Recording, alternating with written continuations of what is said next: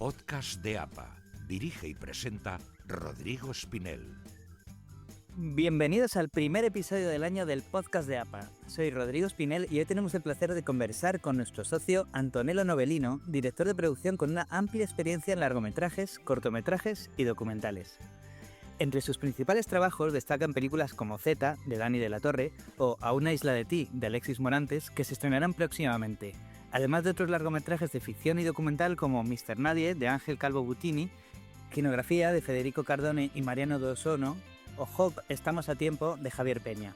Pero hoy pondremos el foco especialmente en Ciudad sin sueño, largometraje de ficción de Guillermo Galoe, ganador del premio al mejor guión en la Semana de la Crítica del último Festival de Cannes. Y por si fuera poco, en el último bloque pondremos también el foco en uno de los pilares menos visibles pero fundamentales de cualquier rodaje, la gestión del equipo humano, especialmente la figuración, junto a nuestro partner Adecco Audiovisual. Una pausa y empezamos. Si quieres ingresar en APA como nuevo miembro, encontrarás toda la información de los tipos de socios que te proporcionamos y el formulario de solicitud de alta en nuestra web www.asociacionapa.es en Hazte Socio. Si eres proveedor de servicios al audiovisual y quieres que te conozcan nuestros asociados y el sector, aquí tienes un nuevo canal, el podcast de APA. Ponte en contacto con nosotros en info@asociacionapa.es o infórmate en nuestra web www.asociacionapa.es. Durante este año, si eres socio, trae un amigo profesional de producción audiovisual a APA y te regalamos una cuota trimestral y a él también. ¿Eres estudiante y quieres dedicarte al cine, a la publicidad o al mundo de las series de ficción? Pues ahora ya puedes formar parte de APA. Hemos creado para ti APA Junior. Infórmate en nuestra web.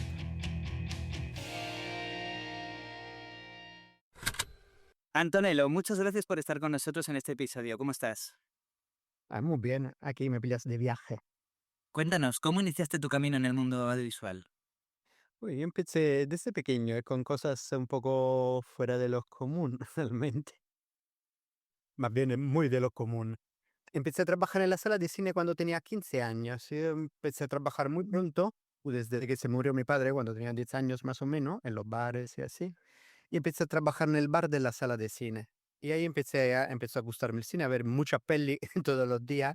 Y así, de ahí empecé también a trabajar en otro departamento, en la sala de acomodador. Aprendí a proyectar películas en 35 milímetros, que tengo de hecho el carnet de proyeccionista. Me gustaba mucho, aparte me veía muchísimas pelis, se me veía tranquilamente 4 o 5 películas al día, sobre todo cuando estaba de acomodador. Y después empecé también a trabajar con una prima de algún familiar mío, que no sé exactamente qué relación tenemos ahora de consanguinidad, pero era como una prima de la prima de mi madre, que tenía una empresa que hacía vídeo de boda, bautismo y comuniones, la clásica BMC. Y empecé a grabar, entonces empecé como operador de cámara realmente en el mundo del audiovisual cuando era pequeño. Y hice mi primer corto en el 97, que tenía esto 15 años. Y de ahí empecé a hacer cosas del audiovisual. Los primeros trabajos los hice en Italia, de cuando viví en Italia, y hice muchos proyectos, sobre todo esto, como operador de cámara, trabajé en teles y en varios proyectos locales. Y empecé a hacer cortos y varios cortitos que grabamos con mis amigos, sobre todo, Salerno, en mi ciudad de origen, que empezaron a grabar premios, empecé a viajar y así. Y pues, bueno, en Italia parece, y también en otro lado, parece que si no tiene algún título, no tiene nada, y decidí estudiar antropología a la universidad, me licencié en antropología y pedí la beca Erasmus y me vine a Madrid a estar un añito. Y ahí me gustaba estar en Madrid, y dije, estamos bien aquí. Y me quedé. Y empecé a hacer los proyectos, otros proyectos en Madrid. ¿Sabes? Lo primero fue justo a la universidad con la Complutense, que nos dieron una ayuda para poder realizar un cortito que es Detrás de las cosas, y un corto que hice con la gente de la universidad, y muy bien. Y después hice un curso con Kuldo Suazua y ahí aprendí a la producción. Y empezamos a pedir ayudas a la Comunidad de Madrid, al ICAT, y realicé mi primer corto aquí, grande, que era Intercambio. Era un buen corto de terror. O sea, a mí me gusta mucho cómo ha salido, todavía en 35 milímetros. Una otra cosa que quería mencionar es que en el 2001 tuve la suerte de poder estudiar con los grandes viejos del cine italiano, con Ennio Morricone, con Mario Monicelli, con Giulio Pontecorvo, con su Cecchini Amico, Age, Scarpelli, entre otros. Fue un curso muy interesante y se puede decir que aprendí mucho. Vi una faceta también de estos grandes artistas italianos de una época ya pasada. Y así, pues después me pasé a la producción con el tiempo, porque realmente empezó como director. Trabajé en VAS como director. De hecho, tengo una peli Blue Lips que está en Netflix, por ejemplo, está también en Filmin, que se puede ver. Y pues empecé siempre más a hacer producciones, a trabajar con mis amigos, o sea, que me preguntaban, ay, ¿por qué, mira, tenemos este proyecto, ¿por qué no haces tú la producción? Que te estás viendo cómo pedimos, va a hacer el plan de financiación y todo lo demás, la producción de campo. Y empecé a producir para otra gente.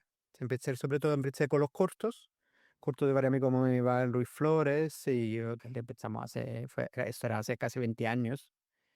Pero luego fuiste creciendo a producciones más grandes, ¿no? Poquito a poco.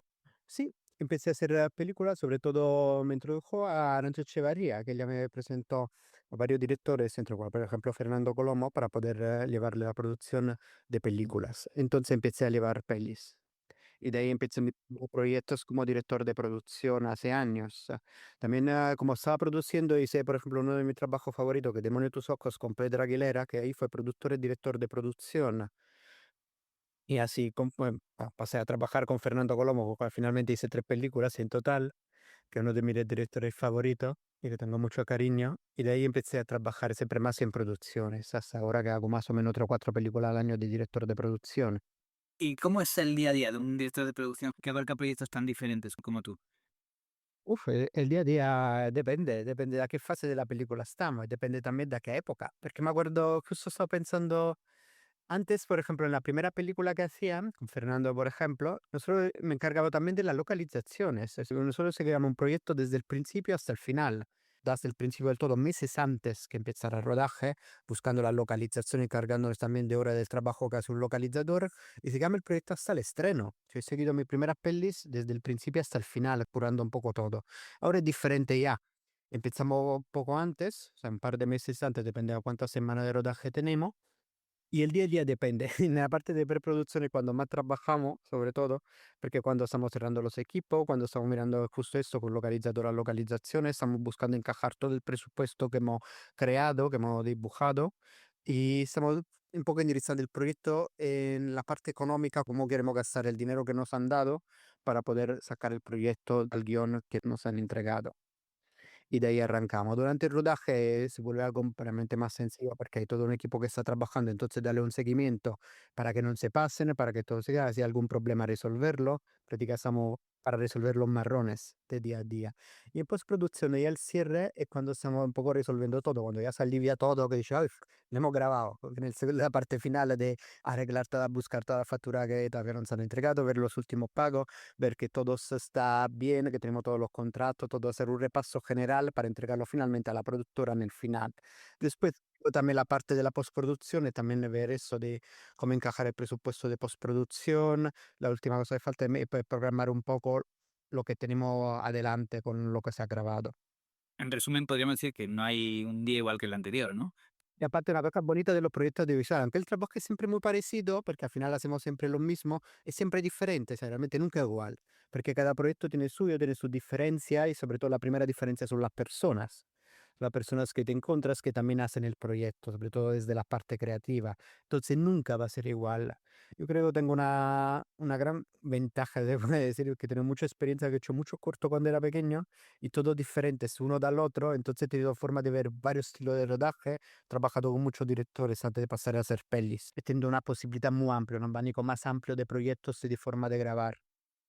Me gustaría poner el foco en uno de tus proyectos más recientes, en Ciudad sin sueño, de Guillermo Galoy, ganadora del premio al mejor guión en la Semana de la Crítica del último Festival de Cannes, y que la verdad es que no estáis dejando de cosechar importantes reconocimientos casi semana tras semana a nivel nacional e internacional. ¿Cómo ha sido dirigir la producción de este largometraje que es tan especial? ¿Qué retos enfrentaste y cómo pudiste resolverlos? Sobre todo a la hora de rodar en una comunidad tan especial como la de Cañada Real, ¿no?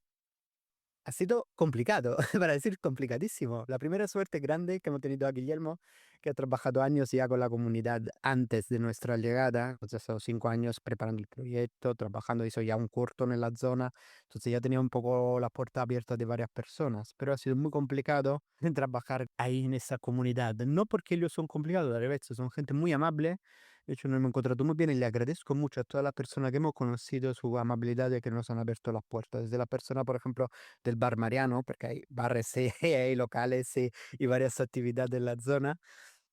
A familias enteras como la familia de Hipólita o la familia de Antonio de la parcela 102. O sea, era gente muy amable que nos han dejado trabajar tranquilamente, que han participado en el proyecto activamente y al final hemos podido realizarlo también gracias a ellos y gracias a un equipo. O sea, agradezco mucho al equipo que hemos tenido porque sin este equipo no lo habíamos podido hacer direttamente. Un equipo che si è involucrato a tope con il progetto entendendo la realtà local, perché è una realtà al final complicata, repito, no por la persona, ma por las situaciones en la cual viven. È una situazione al final al límite. Sin electricidad, sin agua corriente a veces, sin una zona en plan abandonada dallo Estado, de lo que hemos encontrado. Entonces, lo primero también agradecer al equipo que normalmente se agradece poco, por ejemplo, al equipo de casting. El equipo de casting hizo un trabajo increíble, que eran Elena Saura y Mario Torres. Darle muchas gracias por lo que han hecho antes de nuestra llegada también, porque ya han empezado a comunicarse con las personas, comentándole a cómo iba a ser el proyecto, de qué iba a ser, ir buscando personas locales que han sido los actores finalmente en la película. Al localizador que ha sido un genio, Ramón, que ha ido buscando y consiguiendo localizaciones a veces imposibles, como decir, ¿no? Pero lo ha conseguido. Mazza ha sido un gran trabajador, o sea, ha hecho un trabajo increíble. También todo mi equipo de producción, que dal primero al último ha conseguido un trabajo increíble. Le dificultades más grandes que hemos tenido en la zona han sido, lo primero, buscar la documentación de todas estas personas, porque muchos no tenían documentación, no tenían fotocopias porque habían perdido los documentos, no la tenían. Entonces hemos tenido primero que coger todas las personas que creamos que salieran en la película, llevarla a la seguridad social, ver si tenían todos los documentos en regla, ver qué problema podían tener, porque algunos tenían problema con Hacienda de impagos o cosas varias. Y hemos tenido que hacer varios cambios de personas que al final han salido de la peli. Y al final hemos tenido que buscar esas soluciones, por ejemplo, hablando con Hacienda para resolver. Me acuerdo que había un chico, por ejemplo, que tenía un problema por una multa que le habían hecho y el tío había dejado crecer la deuda de esta multa simplemente perché non gli llegaban le informaciones a casa, nunca gli aveva llegato la multa, perché nadie, los correos no entran en la galleta real. Entonces ni sabía que tenía este problema hasta que nosotros le hemos dicho, mira, la Hacienda nos dice eso, que tú tienes unas deudas que eran de nada, era 1.000 euros, era una tontería. Había crecido con los años da 50 € que tenía por esta razón. Y por ejemplo, le hemos resuelto este problema que al final una, no sé si tú sabes cómo funciona el tema de cuando te lleva un embargo a la nómina de la persona cuando la contrata. Cuando alguien tiene alguna deuda con Hacienda, llegan los embargos de nómina, que al final de la nómina que le vas a hacer, le van a embargar una parte y le la quitan de ahí para la deuda que tiene con Hacienda y de ahí se ha recuperado esta parte. Por ejemplo, tenemos este ejemplo. Después, durante el rodaje hemos tenido varias complicaciones porque al final graba tú en un sitio como la Cañada Real. Lo primero para la localización y para encontrar localizaciones que con riesgos laborales, con el equipo de riesgos laborales, podamos utilizar. Porque tú piensas, muchas son casas que han construido ellos. O sea, entonces no eran casas seguras y entonces hemos tenido que descartar varias localizaciones que no gustaban por la misma razón, porque por tema de riesgos no eran posibles. Esa ha sido un'altra parte del trabajo. Y después ver un poco buscar la forma de como de convivir, porque al final hemos llegado como un elefante en un sitio como la Cañada Real, que al final es pequeño, ocupando lugares de la población local. He ido un poco a encajar con ellos, sobre todo nos han ayudado mucho en varias cosas. Nosotros hemos ayudado a ellos, le hemos prestado nuestro generador a veces para que tuvieran corriente eléctrica. Han comido varios con nosotros. O sea que cuando sacaba el catering de todas las partes que daba, le hemos regalado a las personas que están ahí, la regalamos a una persona que pues la repartía y así. Luego, el resultado es espectacular. Yo te quiero dar la enhorabuena personalmente porque el resultado en la historia está increíble, pero además cuando sabes o conoces un poco las circunstancias de la localización, pues dices, qué esfuerzo titánico no han tenido que hacer para poder sacar adelante y para poder dar voz a esta comunidad, ¿no? Muchísimas gracias. Ha sido un trabajo de seguirlos. O sea, nosotros, por ejemplo, con la comunidad árabe, hemos ido cuando era la fiesta de Ramadán y así, a hablar, hemos estado en la moschea, hemos estado hablando con las varias personas de las asociaciones para poder empezar el proyecto también. Y siempre eso, nos han abierto la puerta de servicio, son gente muy amable. De hecho, la pintan de una forma muy rara. O sea, he estado viendo varios comentarios por internet que decían justo eso, de Parece que el infierno, y no, vive gente, ver la película, vive gente ahí, son personas normalísimas. Simplemente la tienen aislada en una zona un poco abandonada dal Estado, están sin luz, sin agua, se le dejan así. Ese es el problema que tienen, que nadie cree en ellos. Darle una ocasión, darle una posibilidad, porque es gente muy válida. O sea, algunos de los niños que vinieron a trabajar con nosotros eran increíbles. Uno se había aprendido el guión de memoria y tenía solo un papel que tenía 2 líneas, el tío lo sabía de memoria. O sea, como estaba ahí que hacer una prueba y venían siempre a cotillar qué estábamos haciendo, el tío sabía exactamente todo. Y con otra de las niñas que estaba con nosotros, con Libe, me pidió de enseñarle cómo funcionaban los Excel, cómo funcionaba un poco el trabajo, porque quería ser secretaria cuando sería más grande. Y entonces, el tema que le falta es la posibilidad. O sea, non se le dà la possibilità simplemente perché ne vienen da un mundo que parece oscuro a la gente que vive en otro tipo de sociedad. Hemos recibido la nomination al Goya para dirección de producción entre las varias categorías y estoy muy contento de esto. Ha sido un trabajo muy duro, muy complejo, muy complicado, sobre todo por producción. Hemos grabado con un equipo de rodaje en la Cañada Real, con las personas que viven ahí. Y ha sido bastante complicado organizar todo. Ha sido como llevar un elefante en una cristalería, como se dice. Y espero que todo ese trabajo se valore y que los académicos entiendan todo el trabajo que hay detrás de este proyecto. A veces no se valoran tanto los proyectos pequeños, porque se piensa que una producción probablemente la tienen en un proyecto más grande, pero aquí hemos trabajado mucho para poder conseguir el resultado que hemos tenido. Oye, y cuéntame una cosa, de todos los proyectos que has realizado, algunos, por suerte, a mi lado, ¿pensarías que este es el más especial, al que tienes más cariño, o hay otro a lo largo de tu filmografía que recuerdes también con especial cariño? Es mucho que le tengo mucho cariño. Eso será sin sueño simplemente porque uno de los más recientes, porque ha sido una experiencia sobre todo vital, sobre todo para estar con la comunidad local. Pero tengo otros proyectos más pequeños a veces, sobre todo los más pequeños probablemente por esto, como por ejemplo la película Venus de Víctor Conde, una peli que hicimos entre amigos con 2 duros, y la grabamos en 10 días y así. Es una peli que le tengo mucho cariño porque me gusta mucho la storia, cómo la realizamos, porque hicimos lo que nos daba la gana, porque no teníamos ningún límite de ninguna cosa. Entonces la pudimos sacar como queríamos, la hicimos en blanco y negro con actores que nos gustaban. Le hicimos en plan muy de autor. Y fue una peli que le tengo mucho cariño. Y otra de mis primeras, que es Demonio de tus ojos, también una peli pequeña, final de autor. Yo tengo mucho cariño, creo sobre todo por la forma de cómo la hemos realizado. Como una película más íntima para nosotros, porque somos un equipo más pequeño, somos menos personas probablemente por esto. Y donde más trabajé realmente un poco de todos. Perché tenía más presencia, perché me encargaba de más cosas desde la proprio localización, la parte mía de director de producción en sí, pero muchas más cosas que al final y ahora hago menos. O sea, yo ya no me encargo de la localización, es un localizador que se encarga. O sea, probablemente también esa temática que está mucho más involucrado también a nivel afectivo. Antonello, te voy a pedir que hagamos una pausa y también a nuestros oyentes. Volvemos a seguir conversando contigo tras unos breves tips. Tips de rodaje de Julián Altuna, socio de APA, director de producción con más de 25 años de experiencia en el sector audiovisual. Tip número 13. Silencio en el set. No grites. Los que han trabajado conmigo saben que nunca grito. Cuando empecé a trabajar como auxiliar de producción, tuve la fortuna de aprender de un jefe de producción todo lo que no tenía que hacer si alguna vez llegaba a ser jefe de producción. Sus gritos no me enseñaban, no hacían que trabajara mejor. No aprendía nada. Al contrario, me desmotivaban, me apenaban e incrementaban más mis inseguridades. Disminuía mi confianza y trabajaba peor. La producción audiovisual es un trabajo colectivo que requiere coordinación, creatividad y sobre todo respeto. Sí, respeto mutuo. En este contexto es crucial evitar gritar a los miembros del equipo antes, durante y después del rodaje.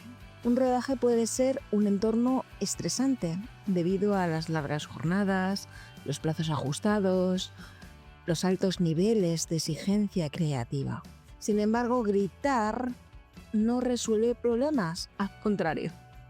Los gritos crean un ambiente muy hostil que afecta a la moral del equipo y generan un ambiente tenso que dificulta la concentración. Si evitas gritar en un rodaje, descubrirás una herramienta más para garantizar el bienestar del equipo y el éxito del proyecto. La producción audiovisual se basa en la colaboración y esta solo puede florecer en un ambiente donde todos se sientan valorados y respetados. Somos una cadena, chicos, somos un equipo. Si tienes un cargo de responsabilidad, es importante que tengas calma y ejerzas liderazgo positivo. En lugar de recurrir a los gritos, tienes que fomentar un ambiente de trabajo saludable. Comunícate con claridad. Comunícate con respeto. Comunícate cuando tengas que transmitir instrucciones y evita generar conflictos con las formas. Las formas son muy importantes. Respeta las formas y el tono de tu voz.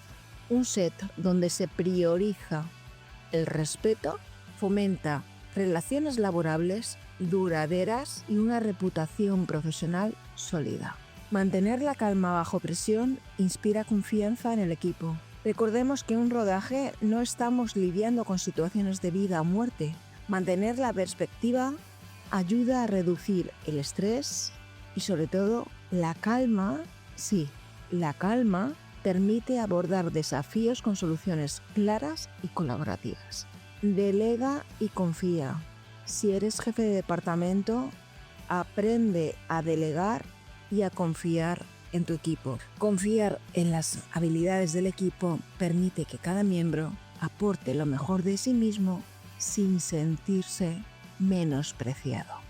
Un equipo motivado trabaja con más eficiencia y creatividad. Si te ha gustado este consejo, compártelo por favor. Ayuda a Julián Altun a profesionalizar y dignificar más la profesión audiovisual. Sigue su perfil en LinkedIn y desde APA aconsejamos hacer #buena producción. Continuamos con el director de producción Antonello Novelino. Para ti, ¿qué desafíos crees que afrontan hoy los directores de producción en España? Depende del proyecto, pero es diferente grabar en un plató y estar más tranquilo buscando cosas. Los desafíos actuales son realmente lo que nos espera un poco el futuro de los cambios que estamos teniendo últimamente. O sea, hay mucha incertidumbre, sobre todo con la inteligencia artificial, pero al final nuestro trabajo va a seguir, organizar proyectos y organizar presupuestos. Hablas de la inteligencia artificial como un desafío, pero también puede ser una herramienta hoy en día. A nivel organizativo, para hacer un desglose de un guión, por ejemplo, o... No venimos bien, la inteligencia artificial es parte de la tecnología de ahora y va súper bien. La cosa es saberlo utilizar y no pensar que nos va a quitar ni el trabajo a nadie, nada al revés. No es algo que nos tiene que dar miedo, como cualquier cosa que ha salido con la tecnología a lo largo de los siglos, se puede decir. Cuando en 1800 se salió la fotografía, que pensaron todos los pintores, hostia, no vamos a trabajar más, porque es la fotografía que te saca cosas más realísticas del paisaje. ¿Ves? Pintores y fotografía han seguido conviviendo por siglos, o sea, y siguen ahora. Y lo mismo con el teatro, el cine, la televisión y cualquier otra cosa. Tener miedo a una herramienta técnica de que el cine al final es algo diferente. Ya pensa tú, una película como la de La Cañada Real, tú no la puedes hacer con la inteligencia artificial. Entonces, ya dice, créame una película así, ¿cómo la hace? Sobre todo una película que se ha ido también evolviendo cada día. Y otra película de este tipo, ya pillamos una película como El Padrino, ¿no? ¿Cómo la realizas? Hay cosas que nos ayudan, la cosa realmente es que nos haga ahorrar tiempo. Porque como ver un desglose, cioè direttamente, mira, tengo este proyecto, sácame toda la información de esta parte. Entonces ya la tengo más clara y la tengo directa, sin tener hay que buscar. O la parte que hacemos nosotros, por ejemplo, los desgloses, cuando desglosamos un guión, y es una de las primeras cosas, no lo puede ahorrar tiempo. El tiempo al final es dinero. O sea, se puede abaratar unos costos del siglo grandes. Nosotros pensamos siempre un poco a los pequeños, pero al revés puede ser una enorme ayuda. Y no solo del tema que lo limitamos a nuestro trabajo. Yo estoy pensando en inteligencia artificial por otras cosas que tengo en la cabeza, por ejemplo, como reciclar el agua, ¿no? Y hacer cosas de medio ambiente con otra parte que me interesa, que nada tiene que ver con el cine, pero la inteligencia artificial nos puede ayudar por muchas más cosas de la vida cotidiana, cosas que no podemos hacer o que tardamos en hacer o que no damos cuenta de cómo podemos hacerla. Entiendo y comparto bastante contigo el punto de vista. Por cierto, tenemos muchos oyentes que son estudiantes o que están empezando en este sector y seguramente quieran dedicarse a la dirección de producción. A todos ellos, ¿qué consejo les darías para crecer y sobrevivir en esta industria? Lo primero es haceros amigos de los chicos que están con vosotros en la escuela, porque son la persona con la cual vais a trabajar y que vais a encontrar en los próximos años. Yo tengo el ejemplo de, por ejemplo, de mi socia, Maribel Ruiz, y la conozco desde hace 25 años porque ella hizo el Erasmus en mi ciudad en Salerno, en Italia. Y yo todavía a la época ni pensaba venir a vivir en España. Y mira, son 25 años después, trabajamos juntos, estamos juntos y seguimos haciendo proyectos juntos. La persona que tú con la cual estás ahora será la persona que te vas a encontrar con el tiempo, con la cual vas a crecer. Entonces, lo primero, experimenta con ellos, hace tus primeros cortos, tus primeros proyectos. Entonces, es la cosa que puedo decir yo, porque lo que yo hice, y los primeros cortos míos, el primer trabajo lo hice con la gente con la cual he estudiado, y de ahí he empezado. Y ellos son las personas que después me han llamado a trabajar y con la cual he seguido adelante. Aparte de esto, me gustaría aconsejar un par de libros que pueden ser interesantes. Uno es La armonía del caos, apunte de dirección de producción de Sol Carnicero, que se puede encontrar en internet. Y Hospitalidad Relacional de Bill Guidara, que es un libro que dirá, esto no tiene que ver con la producción de cine, no, tiene mucho que ver sobre todo el trabajo de equipo, de una cosa que ya está faltando mucho, que es el optimismo hacia el futuro sobre todo, y de la forma de trabajar de equipo, de cómo gestionar, y de una cosa que habla del 5% de irracionalidad. Es muy interesante y aconsejo leerlo. ¿En qué proyectos estás trabajando actualmente? ¿Qué formato, qué género, por cierto, te motiva más? ¿Qué te gustaría hacer? Bueno, lo primero, yo ahora vengo que he estado un mes con la baja de paternidad, porque he tenido un hijo, y eso es uno de mis proyectos realmente de la vida, porque soy muy contento de tener a Enzo. Sí, es una buena producción, ¿eh?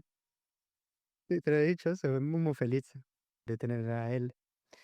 Y actualmente estoy trabajando en varias películas. Empecé una peli ahora en febrero con Fonte Film y tengo otra peli con ellos en el futuro. Después tengo proyectos personales. Realmente me gustaría volver a dirigir un par de documentales que tengo en la cabeza, estamos preparando. Uno es sobre el ajedrez, sobre la figura de Ruy López de Segura. Y son años que la tengo en un cajón y la quiero retomar ahora. Y un otro es sobre los paisajistas canarios, como actualmente estoy viviendo en Canarias. Tengo una idea sobre un documental sobre cómo se ha transformado el paisaje canario, sobre todo de un paisaje idílicos de unos pintores acuarelistas de hace unos 50 años y así, hasta la actualidad. Entonces, ¿cómo ha sido esa transformación del paisaje canario, de estos cuadros paisajísticos que son maravillosos, hasta los días de hoy? ¿Cómo se transforma, cómo la parte de la gentrificación ha afectado, cómo el tema del turismo local? O sea, afrontar los problemas de hoy partiendo de base con de estas pinturas que son maravillosas. No sé si has podido verlas, son pintores muy buenos. Me gustaría trabajar más en Canarias para estar más cerca de mi hijo, porque los que iremos a la escuela en Canarias, sí, me gustaría más poder estar ahí y seguir. Suena increíble. A mí de grabar me gusta hacer los documentales, pero porque me gusta grabar cosas cercanas como director. Pero si tengo que ser de productor, aparte me gusta el cine en general, porque siempre he amado el cine de toda la vida, he visto miles de películas ya. Pero me gustaría un poco que se tomara más en serio el tema del terror, que es un género que es bastante abandonado en España y tiene una historia, a veces el cine español increíble de terror, sobre todo las pelis que hicieron en los años 90 de los 2000. Ahora hay muy poco cine de terror y yo creo que a veces se podrían hacer cosas muy interesantes. Y me gustaría que varios directores retomaran un poco ese tema. Simplemente es esto, el género me gusta trabajar en cualquier género, a veces me gusta variar, entonces he hecho un poco todo. ¿Sabes? Pero esto, dal punto de vista de algo que me gustaría que volvieran a retomar, que son años que la última peli de terror la hice hace ya años, era El Club de los Lectores Criminales. Me hubiera gustado, por ejemplo, ver una segunda parte. Pero es un poco esta parte que hay que retomarlo, porque se ve como una cosa aparte, como una cosa de serie B o como una cosa demasiado probablemente de mainstream. Y se tiene un poco así, pero el terror tiene mucha posibilidad, sobre todo en un país que tiene una historia, le repito, tan potente como España. Pues ya para terminar, finalmente, ¿qué significa para ti ser socio de APA? ¿Cómo te ayuda a formar parte de una comunidad de profesionales de la producción? Lo primero es que le agradezco mucho a varios socios de APA porque varios han sido mis profes, si se puede decir. El primero, de verdad, que fue mi profe en un curso, fue Goldo Tzotzua, que me explicó todas las bases de la producción en un curso que hace en el 2017, hace 20 años casi, ¿no? Después Pilar Robla, que es otro socio de APA, que también me enseñó varias cosas cuando trabajaba por Fernando Colomo. Y después Josep Amorós, del cual he aprendido mucho cuando he trabajado con él, cuando hicimos la segunda temporada de La Unidad, por ejemplo. Y así, eso es lo primero, que te encuentro unos profesionales increíbles, que algunos, he dicho, son de los cuales yo lo tengo como referencia por el trabajo que hago ahora. Y esto de confrontarse, de preguntarse, de tener una relación muy cercana, o sea, directamente para preguntarle, oh, mira, a mí está pasando esto en la producción, a vosotros ha pasado algo parecido. Y cosas de este tipo, poder confrontarse con ellos, poder saber, al final aprender una cosa muy importante, el trabajo del director de producción, o sobre todo un trabajo complicado, un poco que la gente, muchas personas no saben lo que hacemos, porque como hay tanta gente de producción, es complicado explicar a veces lo que hacemos, ¿no? O no tener idea. Entonces ya una base es esta. En la parte esta de profesional de la producción es justo esto, que tenemos un confronto entre nosotros si sabemos, o sea, más o menos, yo creo que tenemos probablemente que hacer más piña entre nosotros, tener algo, las cosas más claras, sobre todo ahora, de cómo queremos hacer el trabajo, cómo lo queremos llevar adelante. Este es lo primero. Pues muchísimas gracias, Antonello, por compartir tu experiencia, tus retos y tus aprendizajes en este sector y mucha suerte en tus próximos proyectos. Muchas gracias a vosotros y espero que sirva. Al volver de la pausa cambiaremos un poco la perspectiva y pasamos a la gestión y coordinación de figuración, una parte poco visible pero esencial en un rodaje audiovisual, hablando con nuestro partner Adecco Audiovisual. Nos escuchamos enseguida, no os lo perdáis. A continuación, escuchamos a Aurora Martínez, vicepresidenta de APA, quien nos detalla el trabajo realizado en la Comisión de Inteligencia Artificial en sinergia con Alianza Audiovisual. Aurora expone los retos éticos y legales de esta tecnología, la defensa de los derechos de autor, protección de datos y propiedad intelectual, así como los puntos clave que APA defiende en el uso de la IA a nivel profesional dentro de nuestro sector audiovisual en este año 2026. En Alianza Audiovisual formo parte de la comisión de IA. Alianza Audiovisual sabéis que es una federación de asociaciones de profesionales del sector audiovisual. En el mes de diciembre tuvimos una reunión que fue muy interesante, en la que cada una de las asociaciones de diferentes profesiones, montadores, dirección de arte, diseñador gráfico, etcétera, expusieron sus puntos de vista del uso de la IA en diciembre de 2025 y los problemas que estaban enfrentando como trabajadores por cuenta ajena o trabajadores autónomos directamente. Y también se hablaron cómo el uso de la IA hay cierto temor que pues se cargue puestos de trabajo, ¿vale? Entonces fue una reunión muy interesante, se debatieron muchas cosas. Esta reunión también sirvió para que fuera inspiración y motivación para que en el 2026 haya más reuniones de este tipo para ir consensuando, porque lo que hoy es blanco, mañana va a ser negro, o sea, directamente. O sea, esto cambia a un ritmo absolutamente veloz. Entonces, estas dos diapositivas que os voy a poner, insisto, os las pongo hoy, pero mañana a lo mejor pueden cambiar, ¿vale? Alianza Audiovisual forma también parte del grupo IA Respeta Cultura, y en IA Respeta Cultura ya también forman parte, aparte de las asociaciones de Alianza Audiovisual, otras asociaciones como, por ejemplo, traductores, las artes escénicas, o sea, ya es más amplio que en nuestro sector audiovisual. Claro, ellos sí que están absolutamente amenazados, los traductores, dobladores, etcétera, sí están directamente amenazados en sus puestos de trabajo. Y parten de la base que los modelos de IA se han entrenado con 3 criterios que no son legales ni éticos desde el punto de vista español y europeo. Sin transparencia, sin permiso y sin remuneración. Partiendo de esa base, lógicamente, lo que va a intentar Luis Ibars, el presidente de Alianza, que tiene que ir en la tercera semana de febrero al Congreso Europeo, va a intentar que haya una negociación para luchar por las licencias colectivas extendidas y así intentar paliar el roto que han hecho al no respetar los derechos de autor. A nivel político, pues se va a luchar por la negociación de las licencias colectivas extendidas. Desde España ya nuestro ministro de Cultura español quiere impulsar un mecanismo legislativo de la defensa y la remuneración de los derechos de autor, y los eurodiputados analizan riesgos de la IA generativa para el sector audiovisual creativo. Luego también el informe de Salesforce alerta sobre las amenazas de la IA generativa al derecho de autor y exigen la regulación coherente para proteger la creatividad frente al avance de la IA. Todo esto a nivel político y a ver qué pasa, porque luego también ya sabéis cómo está el contexto geopolítico económico mundial y el señor Naranja de la Casa Blanca a ver qué ve. Desde APA, lógicamente, como os dije en esa reunión, al final dijimos, venga, pues que cada asociación establezca una serie de puntos de defensa de lo que desde APA creemos que son importantes. Unos puntos, por lo menos, para hablar y defender. Desde APA tenemos 2 bloques importantes: ética y derechos, formación y empleo. Por algo que es muy evidente, la IA, nos guste o no nos guste, sea ética, sea legal o no sea legal, existe, se usa. Entonces tenemos que estar formados, informados y divulgando lo que sabemos. A nivel de ética y derechos, APA defiende que la IA, el ser humano tiene que estar por encima de la IA, supervisando y no la IA supeditando al ser humano. El ser humano como eje central. La IA, a fecha de hoy, no puede tener derechos de autor ni de propiedad intelectual.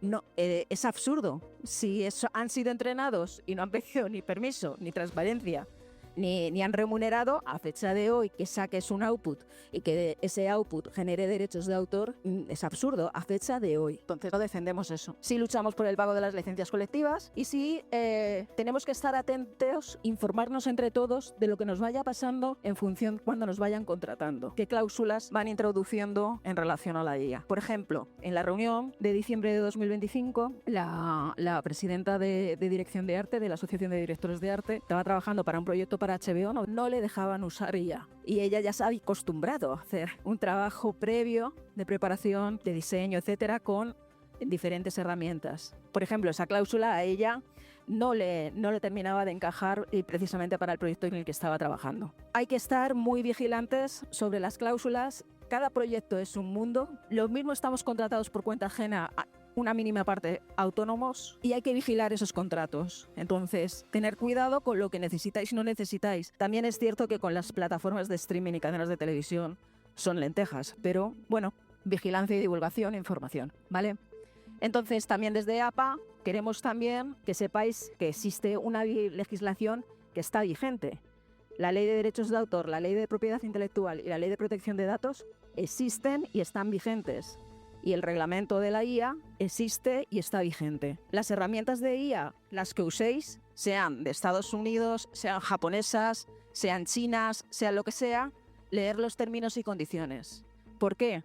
Porque si vosotros no leéis los términos y condiciones y le metéis información a la IA, lo que saquéis a lo mejor no lo podéis usar porque estáis en un proyecto vinculados a un contrato laboral con una productora y esa productora a la vez está vinculada con un contrato para una cadena de televisión o streaming. Tener cuidado, ¿vale? Por lo tanto, es necesario que conozcáis también la regulación y la legislación vigente. Desde APA, pues eso, impulsamos sobre todo formación y también la defensa del empleo, que no haya destrucción de empleo. Nos importa mucho, todos usamos, sobre todo los que somos de producción, Copilot con el entorno de Microsoft Office o Gemini con el entorno de Workspace de Google.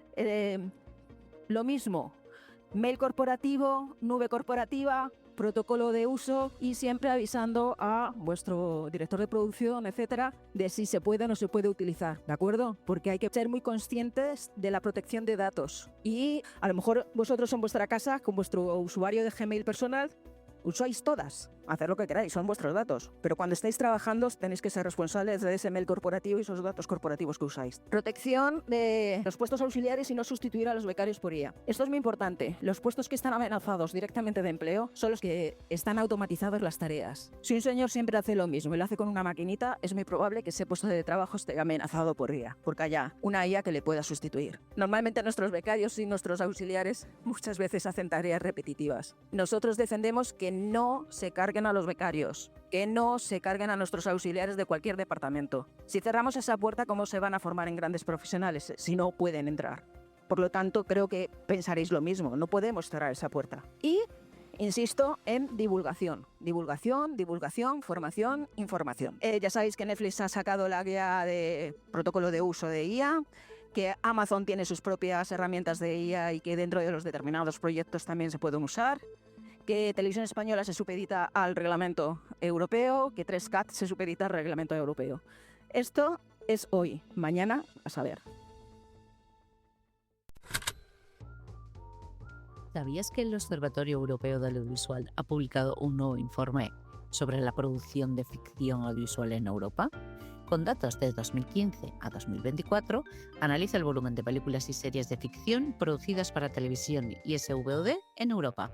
Si quieres leerlo, entra en nuestra web en la parte de informes sectoriales. Desde APA queremos presentaros una gran novedad, APA Producciones. Una app móvil exclusiva para todo el sector audiovisual español. Técnicos profesionales, empresas proveedoras de servicio, Film Office, Film Commissions y otras entidades vinculadas a la producción audiovisual. La app está disponible para iOS y Android de manera gratuita y se trata de una actividad subvencionada por el Ministerio de Cultura y Deporte. Esta app pretende ser una herramienta clave para mejorar y agilizar el trabajo a productoras y profesionales que vayan a realizar un rodaje en cualquier parte de España. La aplicación cuenta con una base de datos repleta de información de todos los sectores con acceso a los servicios que proporcionan empresas proveedoras al audiovisual, las Film Office y otras entidades vinculadas a la producción, para asistirles con los diferentes trámites necesarios para llevar a cabo.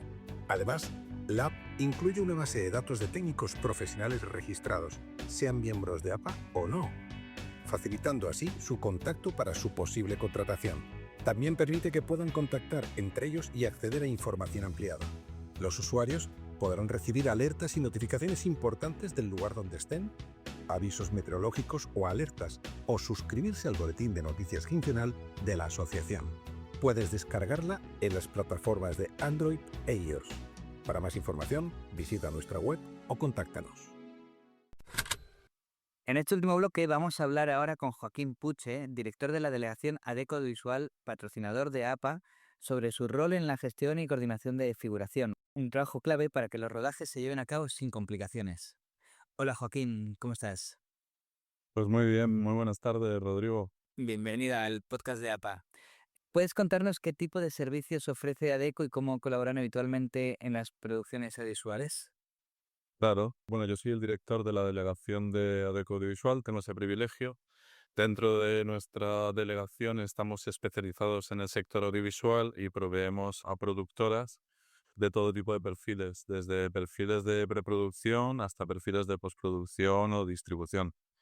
Por un lado, gestionamos, como bien comentabas al principio, toda la parte del régimen artístico o de contratación de figuración hasta actores de reparto, al igual que por el régimen artístico también contratamos todo tipo de perfiles técnicos, adaptándonos, por supuesto, al nuevo convenio audiovisual, eléctricos, arte, vestuario, maquillaje, runners, todo lo que puedas imaginar.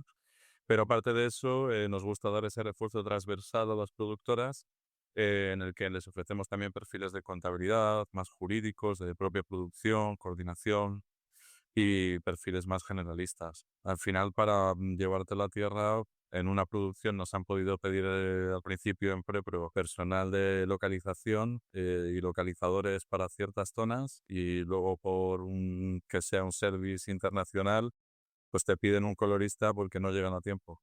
Entonces, bueno, nosotros al final trabajamos de una forma que aportamos a nuestros clientes seguridad jurídica, agilidad y profesionalización desde el primer Excel de preproducción hasta el último día de distribución para que todo funcione sin cuellos de botella. Suena increíble. Por cierto, enhorabuena por la reciente alianza entre Adecco Audiovisual y Modfi. ¿Podrías explicarnos de qué se trata y qué supone para la mejora de la gestión de figuración en España? Pues sí, bueno, muchísimas gracias. Lo primero, la verdad es que ha sido una decisión bastante sencilla entre ambas empresas. Creemos que es algo que directamente lo necesitaba el sector, o el sector lo estaba pidiendo.